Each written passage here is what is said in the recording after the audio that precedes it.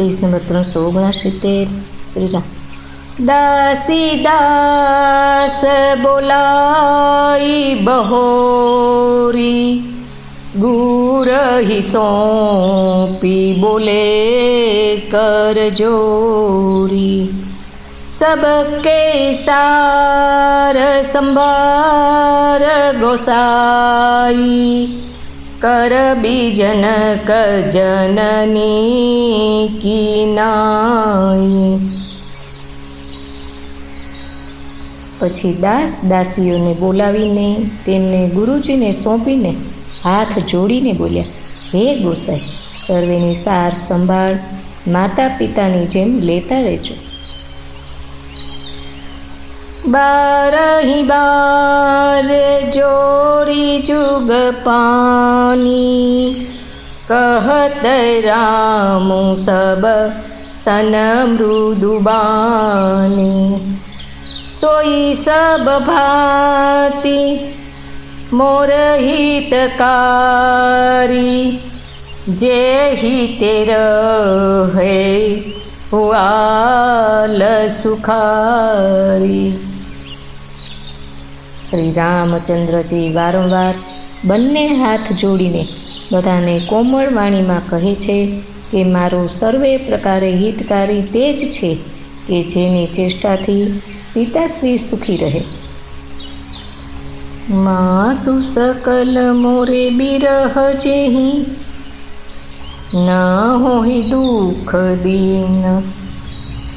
સોઈ ઉપાય તુમ કરે હું સબ, પુરજન પરમ પ્રવીણ. હે પરમ ચતુર પૂર્વવાસી સજ્જનો, આપ લોકો એવો જ ઉપાય કરશો જેથી મારી સર્વે માતાઓ મારા વિરહના દુઃખથી વ્યાકુળ ન થાય. એહી વિધિ રામ સબહી સમુજાવા, ગુરપદ પદુમ હરસી સિરુનાવા.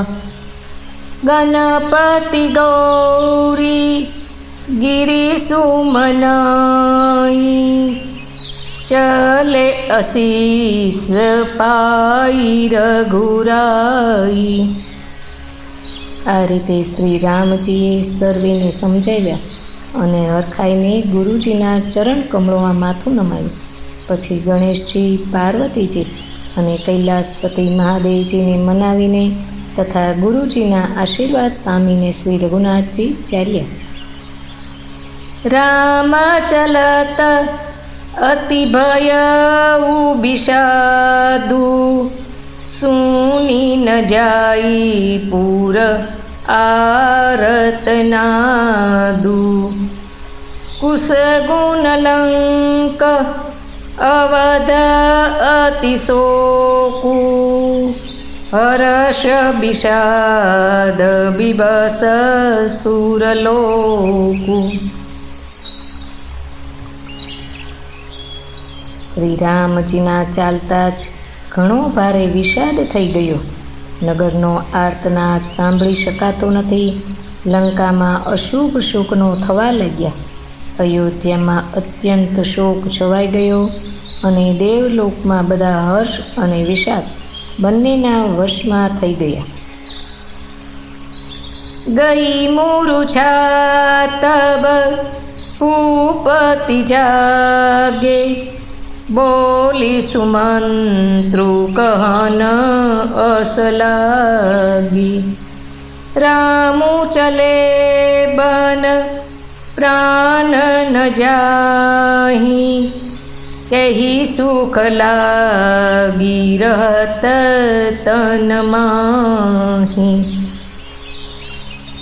મૂર્છા દૂર થઈ ત્યારે રાજા જાગ્યા અને સુમંત્રને બોલાવીને એમ કહેવા લાગ્યા, શ્રીરામ વનમાં ચાલ્યા ગયા પણ મારા પ્રાણ નથી જઈ રહ્યા.